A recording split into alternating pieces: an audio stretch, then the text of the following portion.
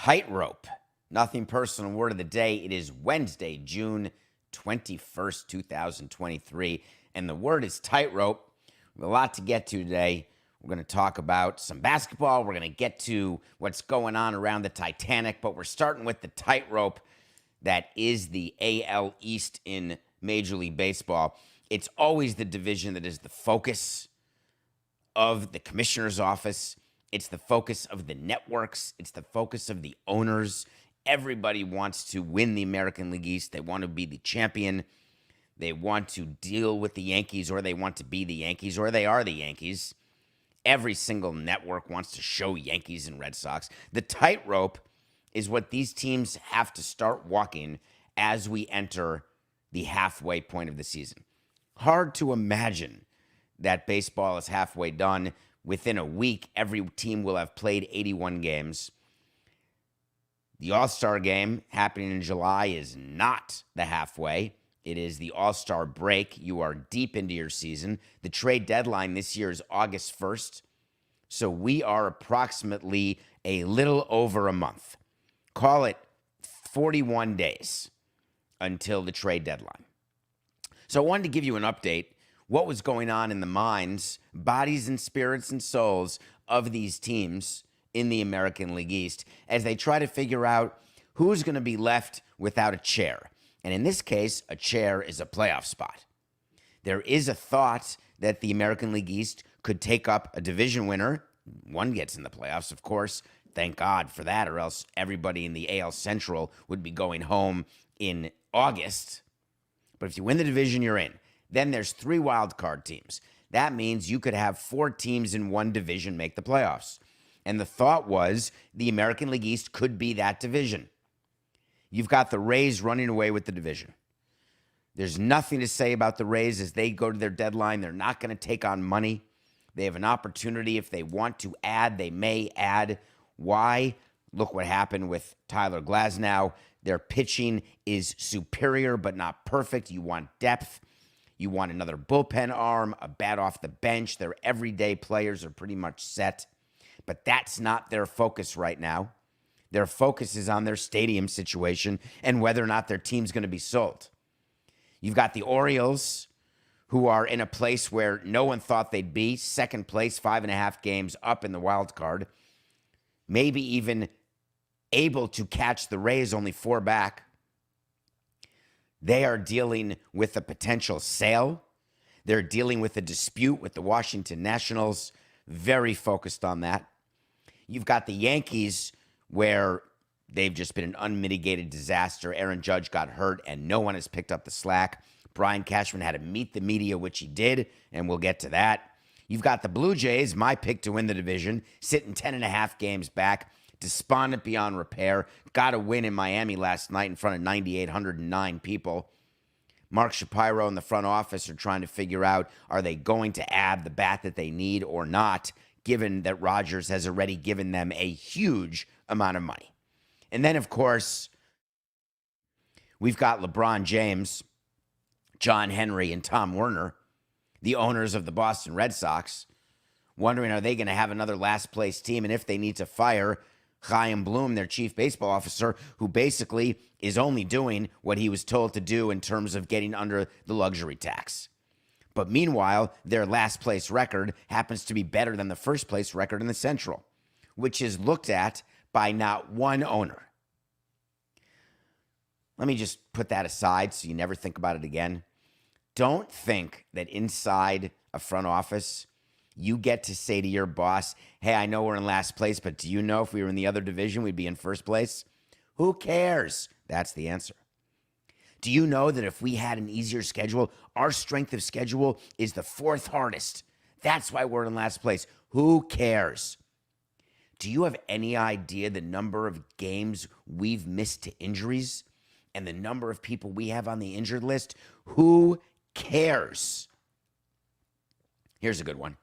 Do you believe we've got 4 guys totally underperforming with what we expected? And if those guys turn it around, and they will, we wouldn't be in last place. Who cares? You're in last place. Let's start with the Rays. Started off, thought was they'd win 155 to 172 games this year. Never going to lose. Sell out the stadium every game. Nope, they're 27th in attendance. Get their stadium deal announced and done because they're so good. Nope, no stadium deal announced. The focus has been totally on Oakland. What exactly is Stu Sternberg, the owner of the Rays, doing? Well, I'll tell you what he's not doing. He's not selling. That's according to Stu Sternberg himself. When an owner says he's not selling, it simply means they haven't gotten the price that they want. Jerry Jones is not even an exception. Jerry Jones may say he's never selling until sovereign funds offer him $29 billion. He'd sell it within 5 seconds. It'd be irresponsible not to sell it in 5 seconds with an offer like that. There are people who are offering right now to buy the Rays. They won't promise not to move the team. The way that the owners of the Brewers, 4869. The way the owners of the Bucks, when they bought it from Senator Herb Kohl, part of the promise was in the agreement they will not move. No such thing with the Tampa Bay Rays because you don't know. What interests me about it is a quote that came out yesterday about the Rays that seems too strange to be true. Of course, it's a source, but there is a rumor that there was a Tampa area businessman who offered interest in the Rays. We used to get offers unsolicited all the time on the Marlins. How would we know that an offer was coming in on the Marlins? My phone would ring, and my assistant, Beth, would say, hey, you've got John Doe on the phone. I would say, who's John Doe? John Doe would come, and I'd pick up. I'd say, hello, John. Hey, any thought that Jeffrey has of selling the team? Well, no, the team's not for sale, but we're always happy to listen. Always. Everybody. So this guy puts an offer in on the team, apparently. He's a wealthy guy in Tennessee. Interesting. Trip Miller, founder of Tennessee-based hedge fund Ghislaine Capital. They may be mounting a bid for the team. Would that be to move to Nashville? Apparently, they're willing to offer $1.85 billion. The Rays aren't going to sell for $1.85. Stuart Sternberg's been in it too long to sell at $1.85. But here is the interesting part. A senior-level Rays executive who sourced, which bothers me, said, I hadn't heard about this until you emailed it. And he was talking to Front Office Sports. It's hogwash. Your job, unless it's a senior person in baseball analytics, but as president of the team, owner of the team, and then our head of communications, PJ, there is not an unsolicited offer that would come in that the three of us would not know about. You have to know your information, otherwise you're not doing your job.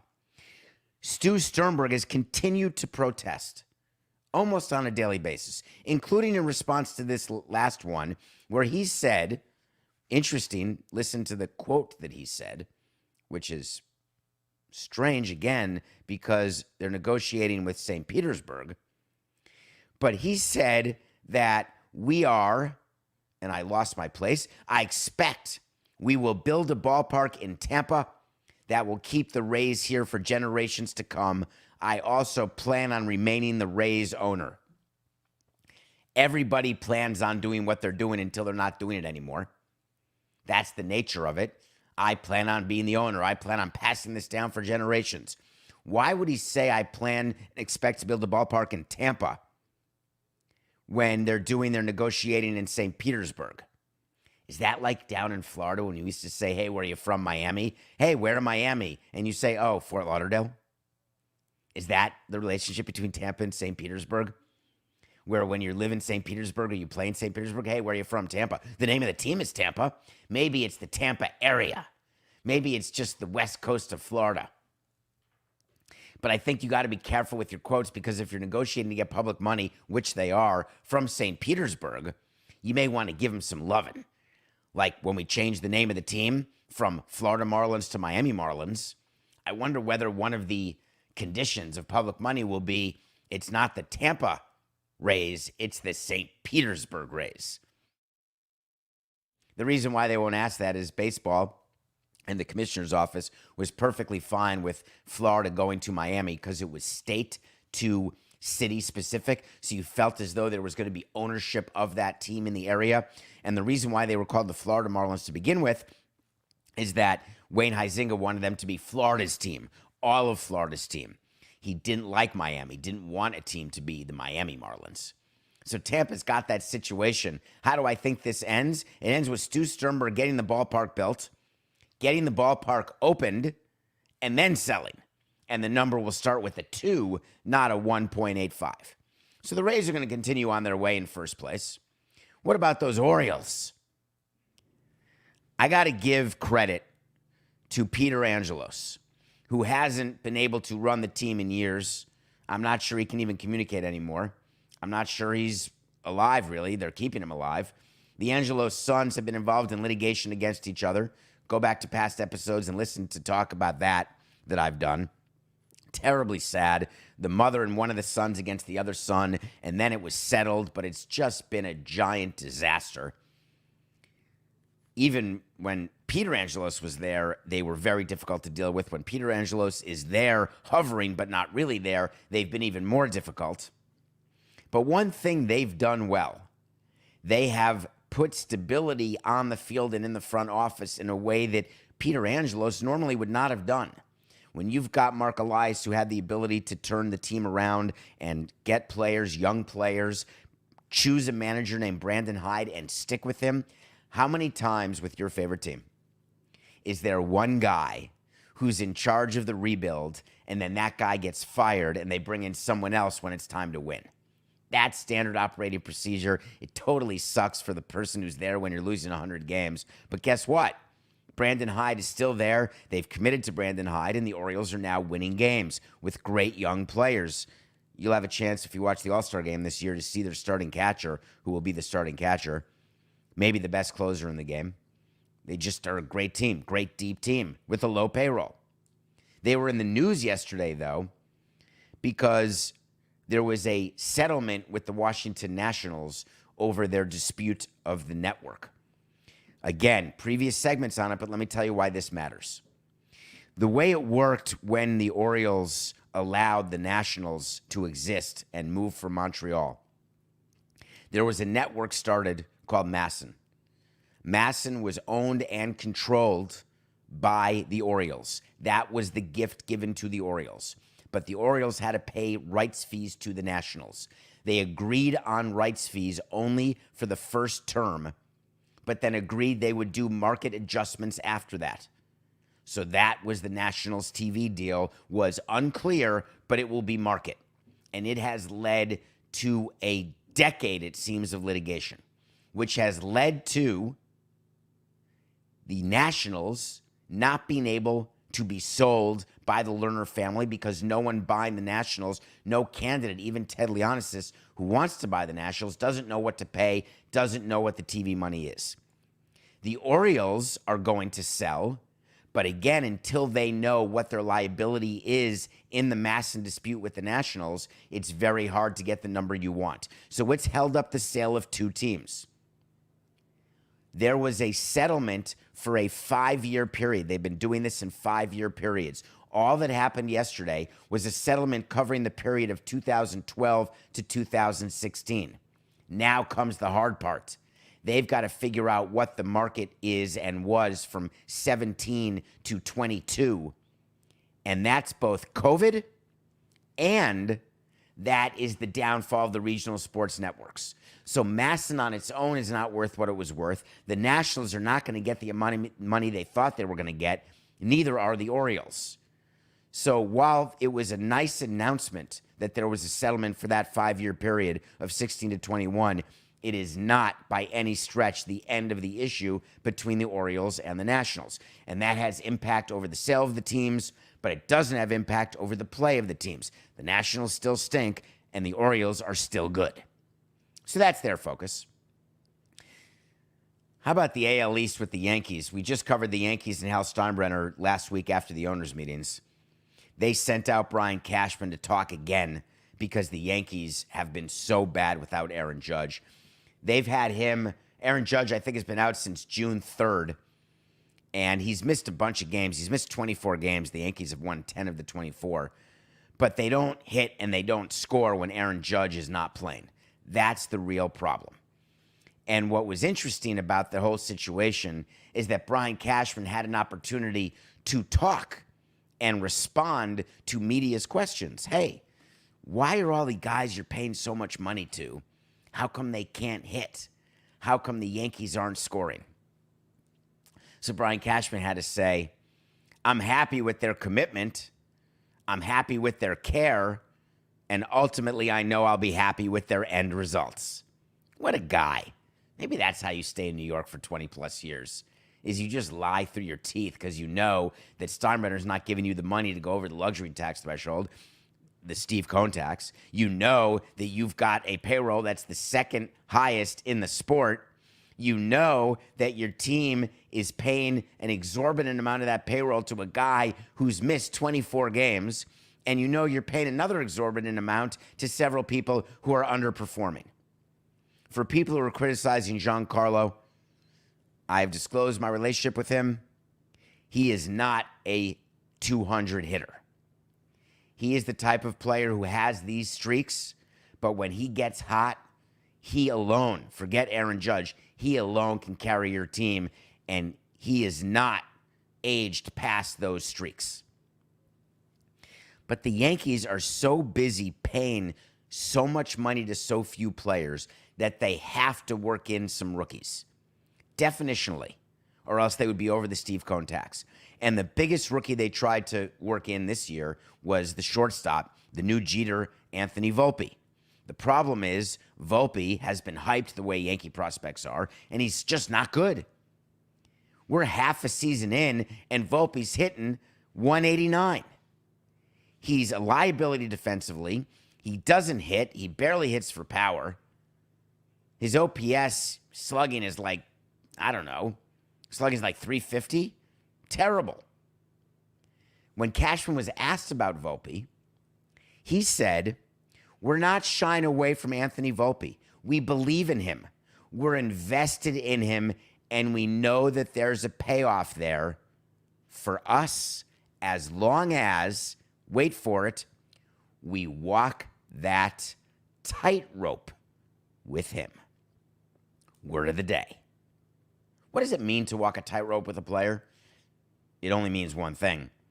When do you send the player down, or when do you decide to bench the player? The tightrope is when a slump is not a slump, it's actually a level of acumen. That is the hardest part about baseball because it's a game of failure. When do you cut the cord? And you're looking at a guy, again, someone I'm still in touch with, so I'm sorry, Jeremy, but man, you made it hard for us. We drafted Jeremy Hermida, the most beautiful lefty swing, hit a grand slam in his first at-bat in the big leagues. He was going to be Ken Griffey. That's the type of player he was. Big, hit for power, hit for average, win a batting title, and it just didn't happen for him. But we gave him hundreds and hundreds and hundreds of at-bats. Coke, I don't know if you can get this quickly while we're here. The number of career at-bats that the Marlins gave Jeremy Hermida because we did not walk the tightrope correctly. We were not willing to acknowledge that our top 5 pick was not going to make it. We were not willing to acknowledge that we missed. No. But we were the Marlins. When you're the Yankees, you're supposed to have the financial power, the financial might. You're supposed to be able to decide sooner instead of doubling down or tripling down the way Cashman said during his media availability yesterday. Yeah, sometimes we double down and triple down. Why? We have to do that as a low payroll team, not you. You don't need to do it. You actually can do it, George Steinbrenner. Not as bad, but you should be more like George Steinbrenner. Half a season? Do you think Volpe would still be the starting shortstop under George Steinbrenner? And that doesn't make it right or wrong, but it makes it a fact. The tightrope with Volpe. Not even sure how that ends. What do you think the Red Sox are going to do with Chaim Bloom? They're not going to fire him. It's hard for owners to fire people when the owners know that the people are doing exactly what the owners said and that the entire public knows that. We would find a way to fire managers and fire general managers and fire people, and we found a way to get away with it because while it was many times the owner dictating what was going to be done, the owner was smart enough to get buy-in from certain people in the organization, in the front office, in order that if something didn't happen the way he wanted it to happen, then blame could be assigned. But in the Red Sox organization, I don't view John Henry that way. I don't think John Henry has anybody who is telling him that what John Henry's views of the world are correct, and I'm not sure that John Henry himself is telling Chaim Bloom which players to sign or not to sign. He is telling him what the payroll can be and what it can't be. And so if you do not spend the way they used to spend, all of a sudden, you can't expect the same results. So what the Red Sox are going to do, while they are right now a game and a half back of a wild card spot, that's all they are. Now they're chasing the Angels, they're chasing the Blue Jays, and they're chasing the Astros, and they're chasing the Yankees. I'm going to leave the Orioles out because they're 5.5 games up on the wild card. But when you have an opportunity like that, you've got to be a buyer at the deadline. The Red Sox will be active, and they'll be active in a way that will not crush them financially. It will not empty their system, but they're going to try Braves-style moves from 2 years ago when the Braves won the World Series by bringing in Rosario and Soler, Duvall, sort of under-the-radar, amazing trade deadline pickups that worked because they won. And if the Braves had not won, you would have looked at the Braves and said, what the hell did you do? You didn't do anything. You didn't help us at all during the deadline. That's the type of players I see the Red Sox going for, that if it works, great job. If it doesn't work, you did nothing. Bad job. But that is the only level of flexibility that Chaim Bloom has right now. So the AL East is going to be a dogfight for the rest of the season. And as we watch what they do up to the deadline, keep in the back of your mind what's going on in the owner's mind or in the president's mind about the sale of the team, about the stadium situation of the team, about where they are in the luxury tax situation, because those things are what executives are thinking about. They're not just looking on the field and saying, wow, we need a lefty bat. Let's go get the best lefty bat. Let's empty the cupboard and take on $5 or $7 million more. That is not accurate of what teams do. So the AL East is an amazing tightrope. Even if you're not a baseball fan, it's sort of fun to watch, isn't it? Okay, what's next? Nothing personal pick of the day. We had an AL East matchup. I had the Rays beating the Orioles. I thought that went very well. Tyler Glasnow had a great game. I think he only gave up 8 runs, not bad. Aaron Hicks, does that drive you crazy? Do you think that people always criticize me? Coke, a side note off the subject. I don't like when people would say, you traded away a guy who became a great player, or you really missed it on that guy. All 30 presidents and GMs have traded away players who end up being good for the next team who weren't good for your team. That is life. Everybody has it. Yes, Aaron Hicks is hot. Fine. It doesn't mean that he was going to make it as a Yankee. We're 96 and 95. I better get to 100 wins before I get to 100 losses. Tonight, we've got the Mariners who are playing in Yankee Stadium, 2 teams who badly need a win. There's one problem that the Yankees have, is that when Cole doesn't pitch and Judge doesn't hit, they have a hard time. Unfortunately, going for the Mariners is their ace, who, by the way, is better than any pitcher on the Yankees except for Cole. I'm taking the Mariners over the Yankees tonight at Yankee Stadium. If you're lucky enough to be going to the game, you're seeing a pitcher who we had. Traded him so fast. I think we traded Luis Castillo 5 times. Anyway, they're 170 over the Yankees, which makes me slightly nervous at Yankee Stadium. But it's not like the Twins are playing at Yankee Stadium who can't win. We're taking the Mariners over the Yankees. All right, we come back. I did something strange with the movie that Coca questioned me whether or not I was going to review this and should I, but I wanted to because I saw a musical on Broadway and had not seen the underlying movie, and then I did, and I want to talk about both. And then we're going to talk about Vegas, baby, and the NBA moving to Vegas. And will Dame Lillard be the first player to join Vegas? Nah, we'll be right back.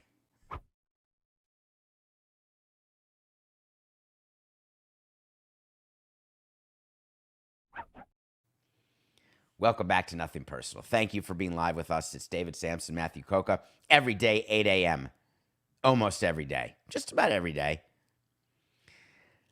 I went last week to see Sweeney Todd with Josh Groban on Broadway. I love going to Broadway shows. You can say whatever you want. I love musicals. I love plays. And there's a lot of talent on Broadway, and I just love live theater.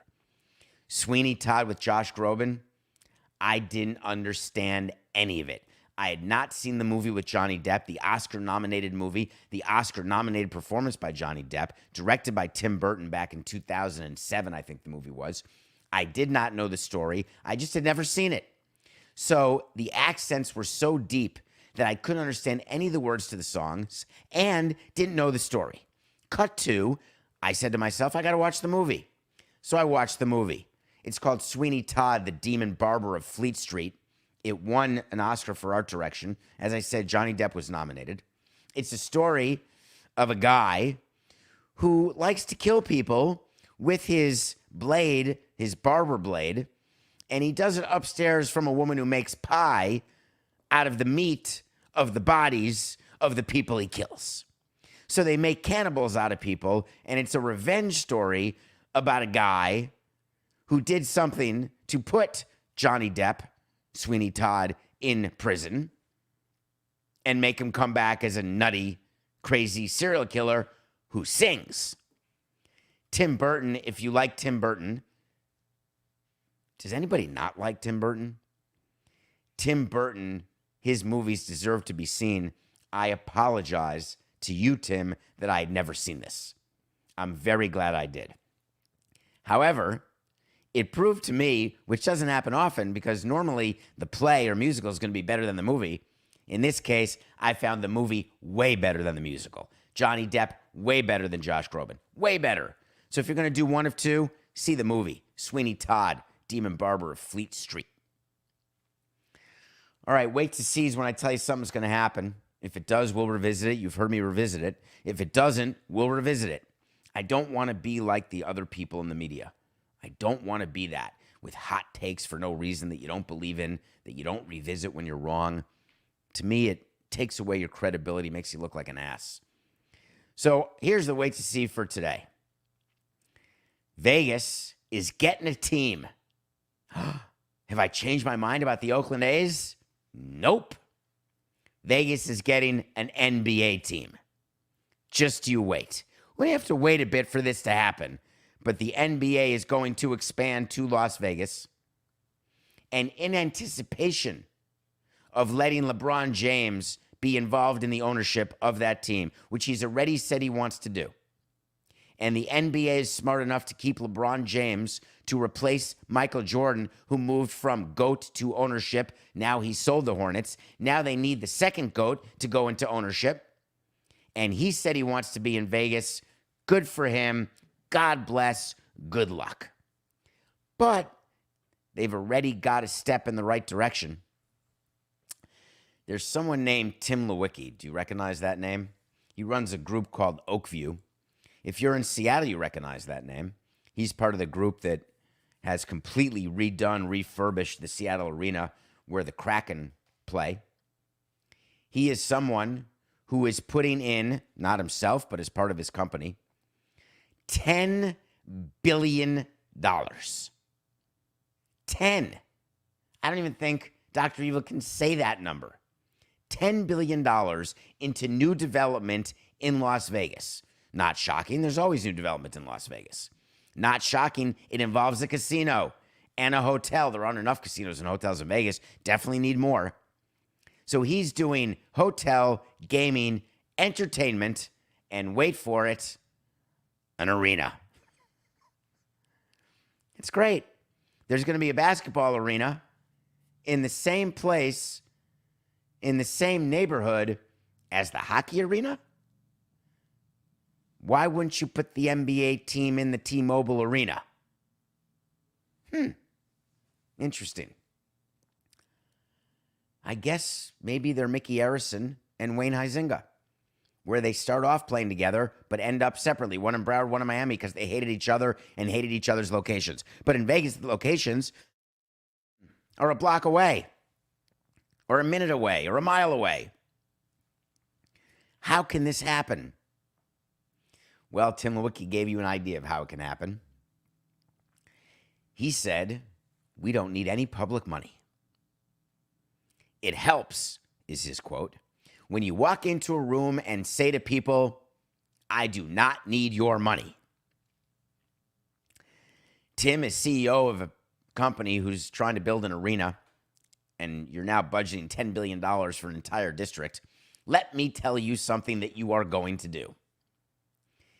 Stop saying you don't need public money, because you do, and you're going to get it.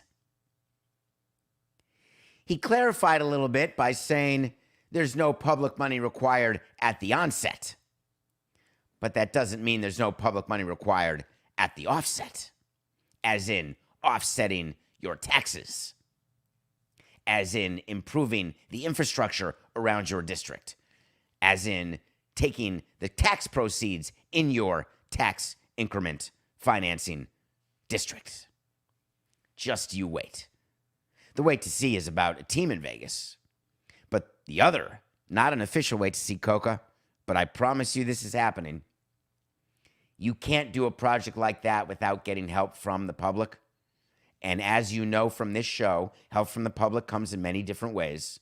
Some of it is infrastructure. Some of it is tax breaks. Some of it is directly floating bonds that you get to use to build something. All of it adds up to public financing. Ask John Henry what not to do. John Henry stood up in Florida and said, I will build this stadium myself. And everyone applauded. And then he went asking for money and for tax breaks, and the officials said, forget it. You said you'd do it yourself. And then John Henry had to say, no, I didn't. Why is Tim Lewicki falling into this same trap? Don't do it. Just say what you're doing is good for Vegas. It's the #1 live entertainment capital of the world. One arena is not enough. Let's do two. Jim Dolan, hold my shorts. Yeah, he's doing his own arena with U2, the Sphere. When is too much too much? Adam Silver is going to find out, but it will be with an NBA team. Okay. Coca, how about some half-baked music? You know what I want? I want to talk to Samson. So you want to talk to Samson. Get into Twitter at David P. Samson. DMs are still open. I see as many as I can, respond to as many as I can, but not all of them, and I apologize. Instagram as well. I don't know if there's comments on TikTok, on the Nothing Personal TikTok channel, or where you review on Apple. Just find me. David, hi. It's fine. I mean, normally it's hello, David, or hey, David, but this was straight to the point. David, hi. Did you see what Dame Lillard said? Is this a player you would want on your team? Well, thank you for asking, because I did see what Dame Lillard said, and I was blown away. Let me give you the quote.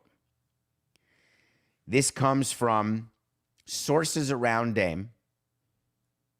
So is it possible that he didn't say it? For purposes of this conversation, let's assume he did. Dame Lillard has made it clear to the Trailblazers that he is not interested in playing for them if they are going to not be immediately competitive for a championship. He then went so far as to say that he doesn't want to wait and he doesn't want to rebuild. Fine. Don't go any further, though, Dame. He did. He doesn't want to continue to play with young players. He doesn't want to help them grow. He doesn't want to help them get to the point where they can win. He wants them to win now. Dame, why? Is that what you want attached to yourself? The best players can make young players and old players great and help you win a championship. Is it out of the question that a top draft pick this year can be a championship part of a championship team? Are you sure? When you go to a new team, if you demand a trade and you end up on Miami, are you not going to want to work with the young players? Forget it. Not interested. Why would you want that reputation? If I am building a team of players, there are several attributes I'm looking for. I'm starting with skill. I'm able to deal with someone bad in the clubhouse if they're good enough. If you're not a all-star, all-NBA type player, Dame Lillard, third all-NBA team. If you're not making $46 million a year, Dame Lillard, 2 more years, about 46 per year. 47 per year. If you're going to be that, you've got to make everybody around you better, regardless of age. It is very bizarre to me. I don't want a player like Dame Lillard on my team, but boy, do I want his skill. You've heard people around Miami say, we didn't get Bradley Beal, but if we get Dame Lillard, we're good to go. We'll be happy. If not, Pat Riley's letting us down. Is Pat Riley letting you down if he doesn't take Dame Lillard? Knowing what Dame Lillard thinks? I don't know. When you're living with a player, it's a whole lot different than when you see him from a different clubhouse. You bring him in to your group. Sometimes players can become a thorn in the side. It used to be called cancer in the clubhouse. We don't say that anymore. It used to be a thorn in the side. You have to look for that. Dame Lillard has not proven to me that he's making anyone better. Is he a complimentary piece on a championship team? Yes. But is there a chance that the things he does, the things he says, and the way he acts would make a team not gel? Would make a team not play well together and then not win a title? Yes. It is a complicated situation when you take on that amount of money from a player who is that unhappy in a league where player empowerment and player movement is off the charts, where players are deciding where they want to go, controlling where they want to go, demanding where they want to go, and then when they get there, they're not winning because the team that's winning is a team that was built from the bottom up, where the players have been together for years upon years, and they don't go out and bring in the Dame Lillards of the world. So it will be interesting to me to see what happens now. So my short answer to your question is, I can't answer. There are circumstances under which I want Dame Lillard on my team, but now there's a lot of circumstances under which I don't. So it will be fascinating to see what Portland does. Keep in mind, and I say this to all teams listening, to all of you executives out there, just because a player demands a trade doesn't mean you have to do it. No way. Yes. All right. Last segment of the show is about what's going on right now in the North Atlantic.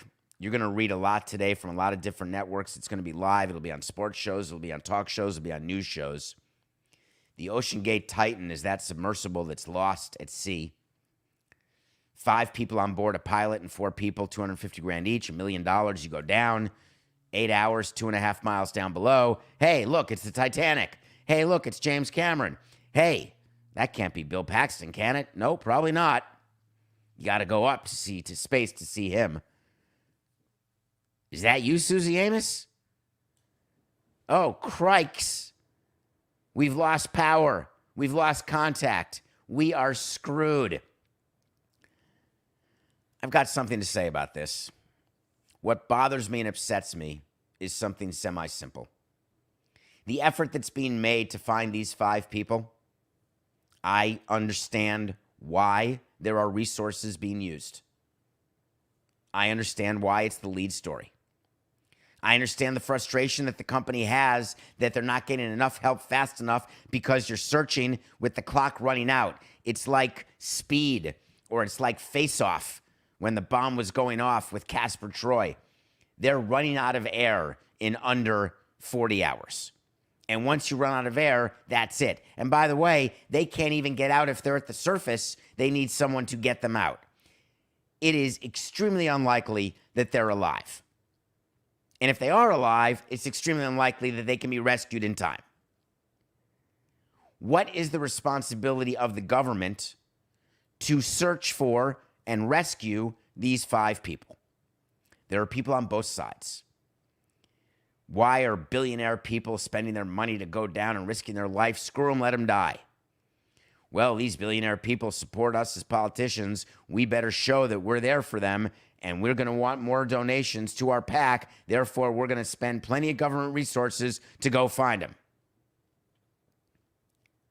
But when a migrant boat sinks, nobody's going anywhere. Everyone says thoughts and prayers. Sorry, 300 people died on a raft or on a boat or on a rowboat. Nothing we can do. We'll try to tow you. Oh, it tipped over. See ya. Sorry. Good luck. This is not me being liberal or conservative. This is me talking to you about what it means, the business of government. You think King Charles III wants to get an update on the migrant boats? No, he doesn't want the migrant boats. But he wants an update on what's going on with the submersible. Keep me informed. What? Yeah, we couldn't find him again today. And then just this morning, everyone's prayers in their families answered. Now, I'm talking about 5 people here, keep in mind, and it is an absolute nightmare. Nightmare. There's a father and son. I don't care whether you're wealthy or poor. When you lose someone in your family to any tragedy, money doesn't matter. People who are rich who lose someone in a plane crash, it hurts just as much as people who are poor.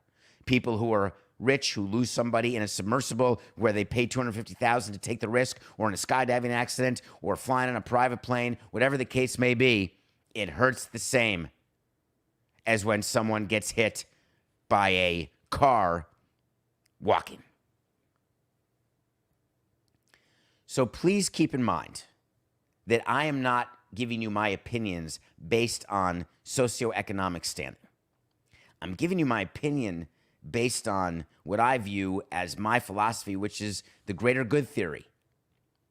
The amount of resources spent looking for 5 should be fewer than the amount of resources looking and saving 300. That's very, very bare bones what that theory says.